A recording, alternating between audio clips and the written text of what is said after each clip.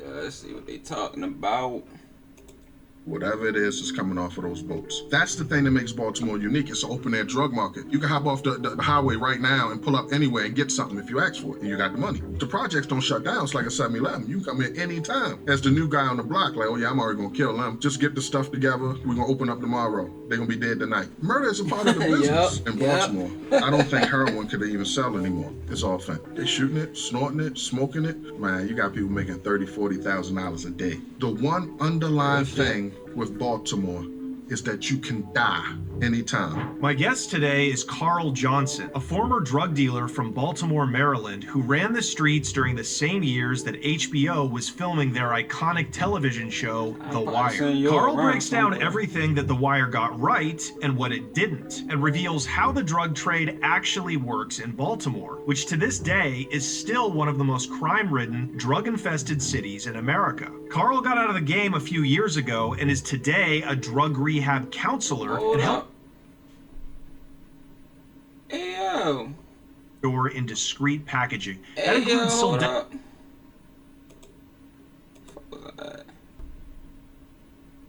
HBO was filming their iconic television show, The Wire. Carl breaks down everything that The Wire got right and what it didn't, and reveals how the drug trade actually works in Baltimore, which to this day is still one of the most crime-ridden, drug-infested cities in America. Carl got out of the game a few years. Yeah.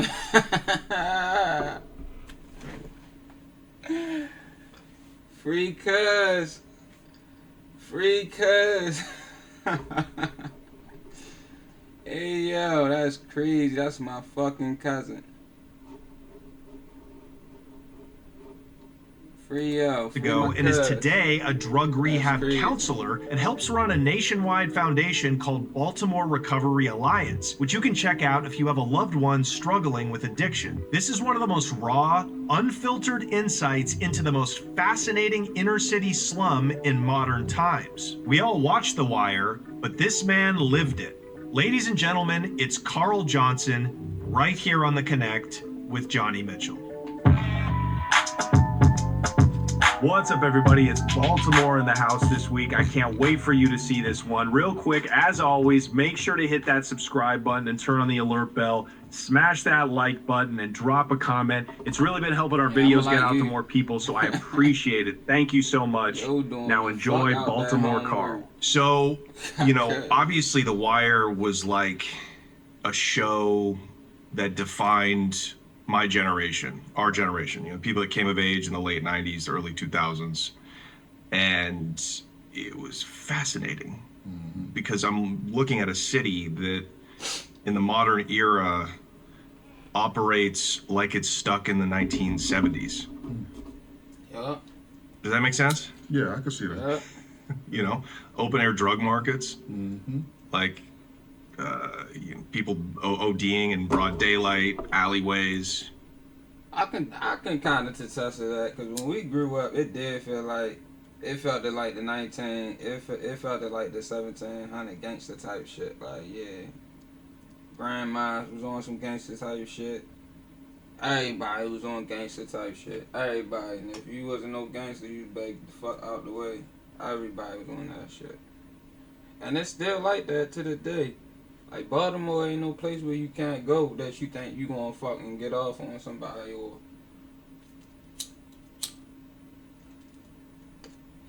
or do anything to it, I had no repercussions to. That's why we never had no big U in the city. You know what I mean? Not throwing no shades or nothing. That's why we had some big people and big, you know what I'm saying? But we ain't never had no person that's doing that much damage to us and the whole city scared of. We done had a couple big guys, but a big U, we ain't never had no big U like that. It was running around just controlling the whole city. No, you gonna get your issue real quick in Baltimore. Shootings, you're like, oh, this doesn't happen in America anymore. Right. In like a northern city, but you know, you're from there. I can agree with that. I mean, Baltimore is that's why a lot of people, right? If you ever get a chance, check online. A lot of people will say that Baltimore is not a part of the DMV, which is geographically insane to say because it absolutely is. But Baltimore itself is its own thing. We're not DC, we're not Virginia, we're not Delaware, it's none of that. So you're right. And it's like a time capsule. It's a lot of things we do in Baltimore that a lot of people.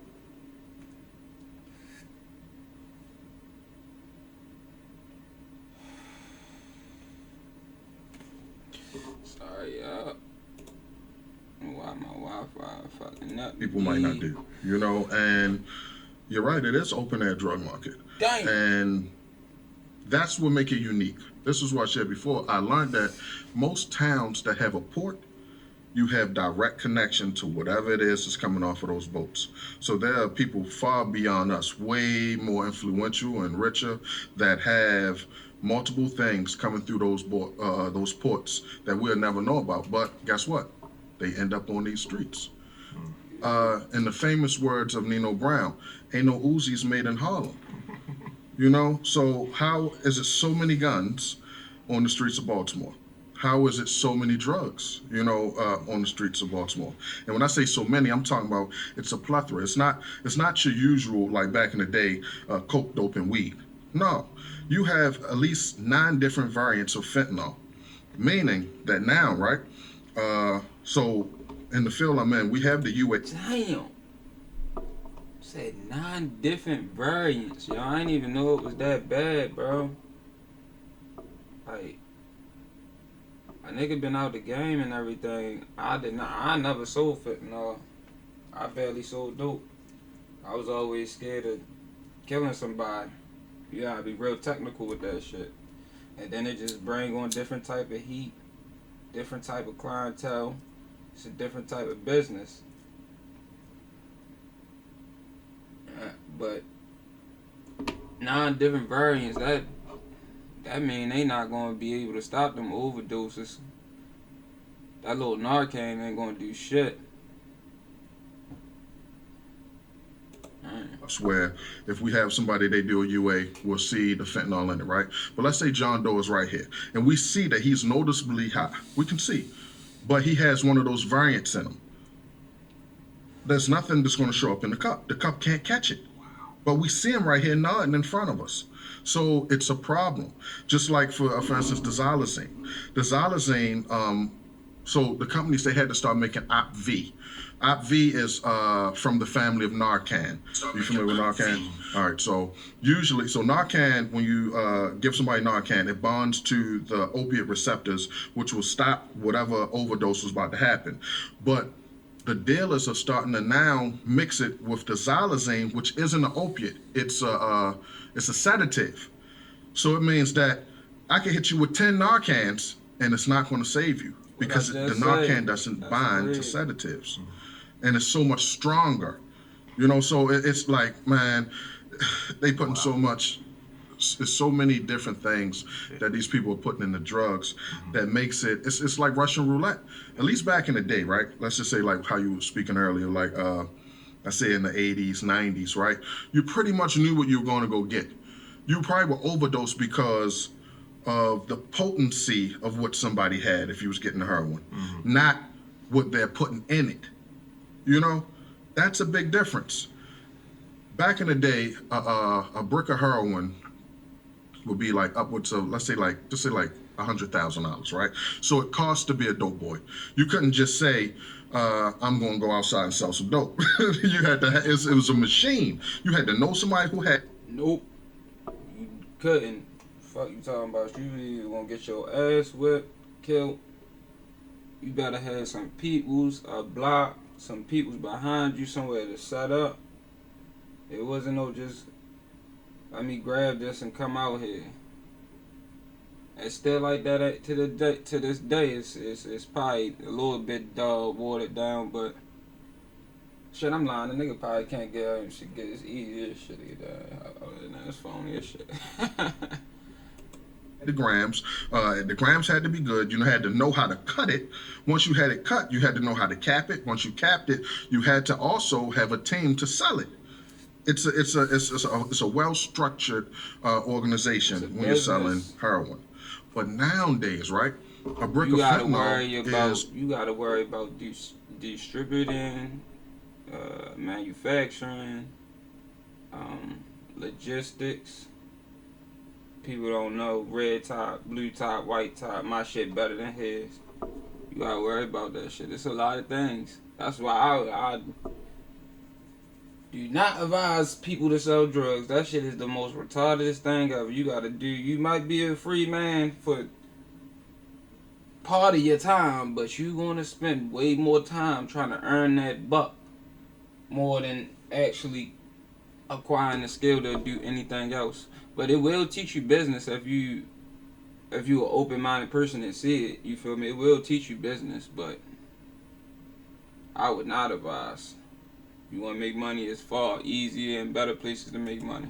$7,000, but the profit margin is about the same as if you had the brick of heroin. You understand me? So meaning this, that any John Doe tax time could say, oh, I'm gonna go get me some fentanyl, but you don't have what we would call table manners, meaning that you don't know how to cut it. See, back in the day, right, you used to have to get, your materials, cut it up, put it together, you let it sit, then you would put it out. And real heroin had an expiration, meaning that you had to sell it within a certain amount of time or it was going to go bad. Fentanyl don't go bad. If anything, fentanyl gets more potent over time.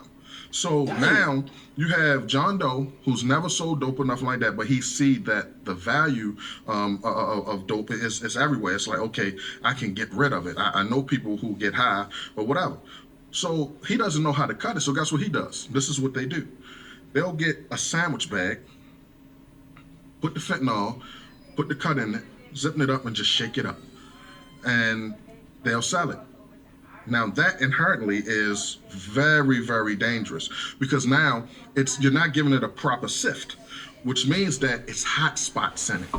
Meaning that you and I could go get the same dope and I die from it and you don't, because where they peeled my part of it up was so potent with fentanyl because it's not cut.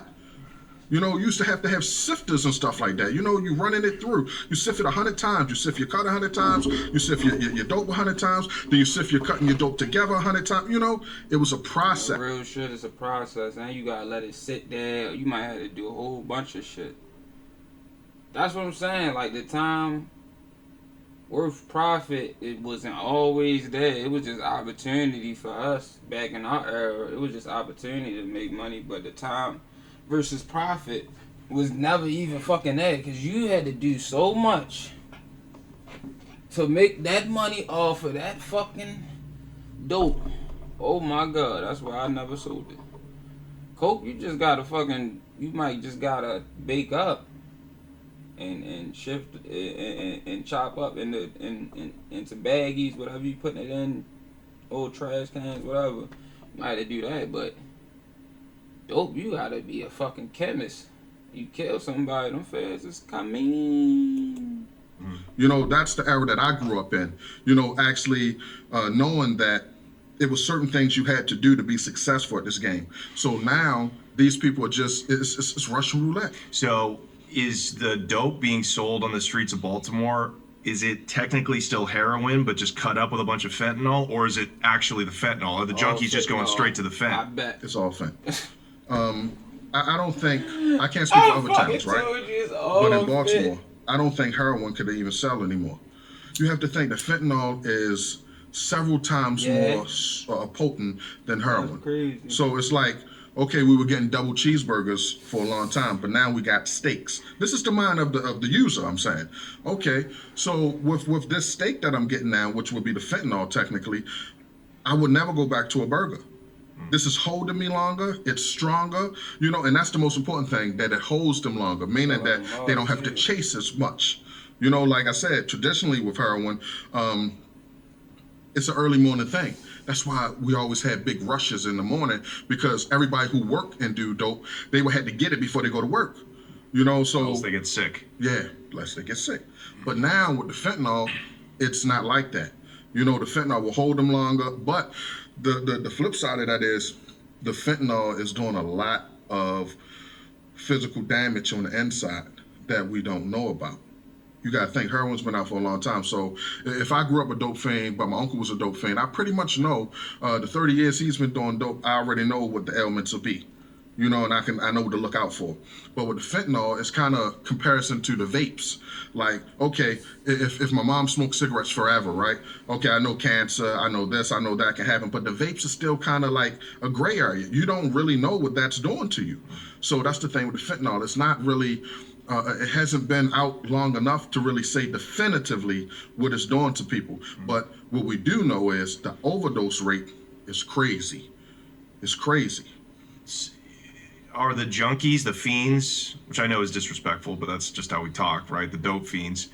Are there any more old school, traditional heroin, you know, old black people going to cop heroin, or has the fent created a whole new market of like young users, like users our age and made a whole younger? new market. It ain't really Very black good people question. that's doing it. So, number one, nobody's looking for any heroin anymore.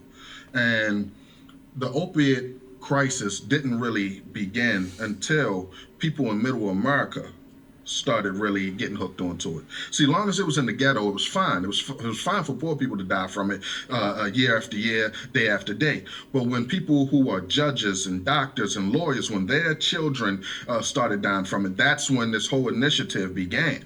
That's when it became, oh, we got to do something about this, you know, because let me give you an example. So this is how it works. So let's just say, Wyoming, right? Let's say I'm a rich white man from Wyoming and my daughter has an opiate problem. It might be one program in Wyoming and the wait list might be 3 years for her to get some help. So I start doing some research. Where can I get help for my daughter?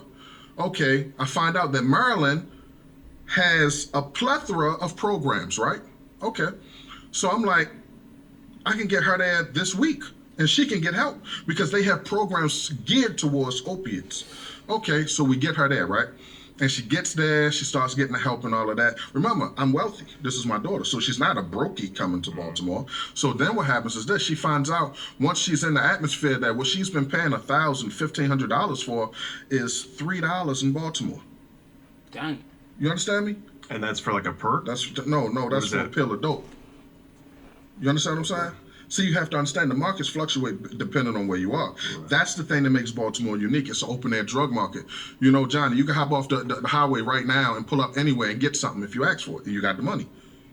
But in other towns, you got to know somebody to know somebody to know somebody to get something. Okay, so you're saying because Maryland, Baltimore offers so many opioid rehab centers, outpatient clinics, inpatient clinics, that's what sends all these users to the area, and they in turn just leave the outpatient treatment and go cop dope. You understand me? Oh, it's...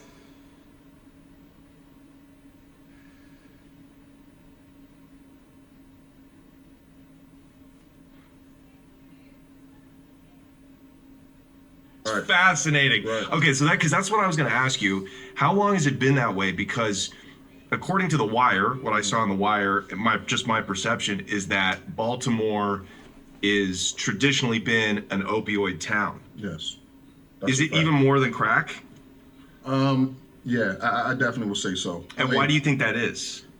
Because of that reason, or is there something in like the working class bones? Just backing up a little bit, right? Like back to like the Melvin Harris days. You know, Melvin Harris was his name. You talking about Lil Melvin? Lil Melvin, yeah. Yeah. The heroin king. Yeah. So that was was also. I think it comes from the pain and the struggle But Baltimore is beautiful, but a lot of our backgrounds, a lot where we come from, all of us got dead homeboys, dead family members that done died in tragic ways, you feel me? And that's going back generations, I'm saying.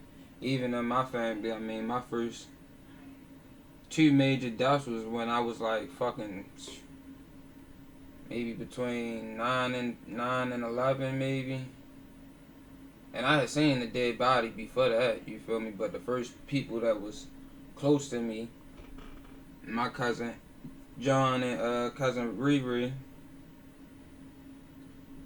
I seen them go early, you feel me? So that's everybody. That's average in the city. That's average in the city. Like, it's amazing if you don't know nobody. I don't know nobody that don't know nobody that fucking got killed in the city. And I bet y'all can't even think of none either. You feel me? Everybody done took an L. So, and that turns into drug use. For real. Right. He played the deacon. Yeah. And that was amazing how, again, life comes full circle. You were doing something at one time that was destroying the community, but you came, because he did a lot of time in jail. Mm-hmm. Just like, you know, I have Bodie Barksdale, Avon Barksdale on my shirt from the Don Diva magazine when he was in the article. You know, these guys came home and they started doing better for the community once they had gained knowledge of self. So, yeah, man, like Lord Melvin is Melvin Williams, by the way. Melvin Williams, yeah. okay. So but that was great to see him on there. Definitely. But do you think that what do you think it is about Baltimore, the culture that drives people to use opioids, heroin, and now fentanyl more than, say, like cocaine? We go back to those boats. It's coming right off that boat. So it's right there. If you remember, if you ever seen any interviews with Lord Melvin, he said his plug was last name Salisbury. You know, so that was a high-ranking gentleman who was not of the black race, who was, you know, his plug. So when you got people, again, at that height, that's pushing it into the communities as a poor, underprivileged youth, right? You're going to look at it like this is a great opportunity to make money, man. I'm tired of having holes in my shoes. I'm tired of this. I'm tired of that. Yeah, but to answer your question, I think it's because, and also let me tell you that. Before I got into the streets, I was working. I worked throughout my high school years up until then, into my 20s. And because I ain't have guidance and discipline, me working, I didn't receive anything from it. So in return, I looked at all my homies, family members that was in the streets and saying them having it. And that's what made me go. And hey, you feel me? I was fucked up. Yeah, I got fired. Fuck that. Like, okay, I got fired from my third job. The other 2 jobs I left. I got fired from my third job and was like, oh yeah, fuck that. Time to get some money. A whole lot of pain and struggle after that, though. So I've trapped in different states and different towns, right? And one thing I know is when it comes to the mixture of the heroin and stuff like that, and we're going to, so to answer your question, Melvin was from the 60s and 70s and stuff like that. So this was an updated story that they kind of made The Wire out of. Mm-hmm. So The Wire isn't about modern times. They just modernized the old story, you know? So for them, remember traditionally in the black community, cocaine is a rich man's drug. When you talk about powder cocaine, but when the cocaine epidemic, the crack epidemic happened, and they started making Ready Rock, you know, the rock out of it, that's when black people started, or just poor people, period, started having access to cocaine. Before that, man, you had to be rich to have cocaine, but heroin was always there, the heroin, the booze, and the weed, you know, so I say that to say that that story of like Lord Melvin and Avon and them is from the past, but they were already selling heroin for years before coke ever came in the picture. That's why Baltimore has such a atmosphere or like a legacy of opiates. because of that. Because they were already selling it before crack ever existed, and poor people couldn't buy coke because it was too expensive. Yeah, but heroin was expensive too, right? Yeah. But I guess if you could cut it down to a 10 bag. Come on, man. Yeah. See, you talking about a buyer. Now, if I'm a buyer, yeah, it's expensive if I'm trying to get bulk. But as a dealer, I mean, you got to think back in those days, man, these guys was getting heroin that you can cut 60 times, 70 times. That means you taking one and making 70 out of it. That's so much money. So crazy. much money. Yeah, man. Yeah. And the Greeks. The only reason if you do your research, the only reason they used to do that shit back then is because it would cause an upset in the balance of the economy back then, and it would start wars. Now that's crazy. I'm telling you, do your research on it. The only reason why they didn't cut that shit is that many times because it was wars start off of that shit. You cutting that shit too many times, you feel me? Unless your shit was good enough to cut, you feel me? Like, it would start wars. If you had something good enough and you was cutting that much, you feel me? And you could get rid of it, you feel me? You either was taking over shit or starting wars. That shit called snowfall type shit, you feel me? Part of a big storyline in The Wire. They were a couple of very, very low-key Greek guys that worked at the docks, the ports. And they were bringing in heroin straight from Turkey or wherever it was coming from in East Asia. Did that really happen? Or does that...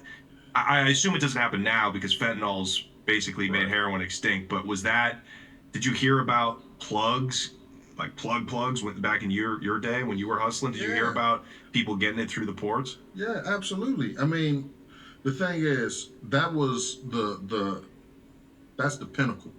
Where you can get somebody who getting it straight from there, and it's not really tampered with. It's the same thing like having a cartel plug. I mean, these are essentially cartels, but just not Mexican cartels. You know, but I'm pretty sure even the Mexican cartels utilize ports as well.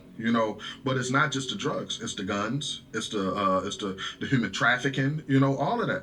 Everything comes through there, man. And they said that fentanyl was created by China. So you got to think that. That's a great way to utilize the ports as well. Like, we ain't making it. It's coming from somewhere. But yeah, man, you have people who have plugs like that who of course they would never share those plugs. These are the people that would just be on forever because it's a system.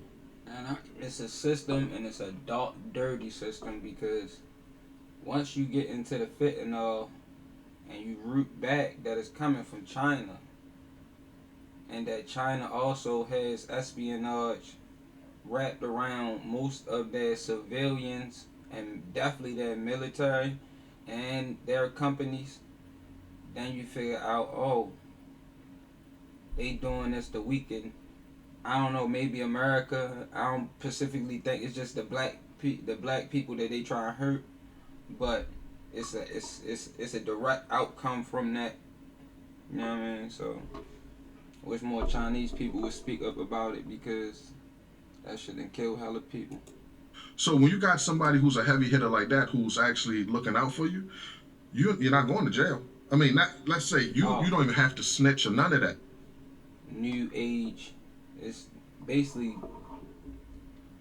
bio warfare without it being bio warfare. How you said it. I don't know exactly how you said it, but yeah. The point is, you're going to have the best lawyer because they need you. Imagine that. Imagine you have all these cows that you want to make into burger meat, and you got a guy who got a restaurant, but now the restaurant got a leaking roof, right? As the guy with the farm, you say, I'm going to make sure his building is always in pristine shape.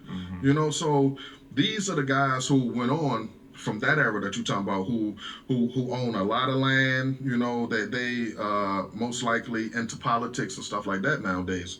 Because those plugs, man, You talking too much now. He talking spicy. They might send them people at his ass or something after this, man. He talking real spicy. It's generational. Even if my dad had that plug, if my dad dies or something like that, it's a family thing. Because this is building generational wealth in the community. Even though it's the wrong thing, But this is the type of business that these people do. And these are black guys. Yeah. These are black families that have Right. generational wealth from that heroin From money. that type of plug. Yeah. Wow. Absolutely, man. Did you have anybody in the game at that level, like any family that was super high up like that? No, not me personally. My story is pretty much of coming from the projects, right? So my mentor was Dante Fat Tater Barksdale. He was the nephew of Avon Barksdale, who The Wire was about. And Dante, he had did I think he did about 10 years in prison or something like that. He came home, he got himself together. We have an initiative in the city called Safe Streets. Okay, Safe Streets is a community initiative of people. Every dealer I know that evolved from the streets, whether they was big or small, eventually try to fucking get back to it. That's a lot. You feel me? I see that a lot. If they made it out, they try to give back. Shout out to Hood the Good. A couple other people. You feel me? I know a hella people. You feel me? Once they make it out the hood, once they make it out the hood or the mindset of that mentality, you feel me? They definitely try to get back. Who try Safe to streets, keep the all types streets of shit, dog. safe from violence. So they hire people who were formerly in gangs or stuff like that. Because who knows the game better than people who actually influence the streets? So Tater actually was like a supervisor in that organization. So when he came home and he started, like teaching me, like, boy, look, I ain't hustling no more. I'm showing you the blueprint. I remember one time he told me, he was like, yeah, I gotta go down to the courthouse to get some paperwork or something like that. It was something that he had to do. But me coming from where I'm coming from, anybody who goes to the courthouse, you got to take everything out your pockets. You got to go through the metal detector. But him being a state employee, he just walked around it like he showed his whatever it was, his back, and that was like a level to show, like, man, change is possible, But for me, my guys, before I actually started making that transition, I mean, at my heyday, I had maybe about 10 bricks of coke, and where I'm from, one brick of coke, you rich. That's enough to change your life. So I had came across a plug before I actually went to prison and got my life together. Who he had it. He had some good work, and I was in an area where I can actually get rid of a lot of it. Really stress free. You're from the east side. I'm from the east side. East Baltimore. Lafayette Projects. That was the largest housing project in Baltimore City because we had the most high rises, the towers. See, the Wire says towers, but we call them high rises. Right. So in the projects, you have high rise and low rise. Are those still there, or do they knock them off? No. The Wire was accurate with that as well. Yeah. This video done gone on long enough. If you still here, give me a like and a follow. I'm new at this YouTube, so first reaction too. Get back at me.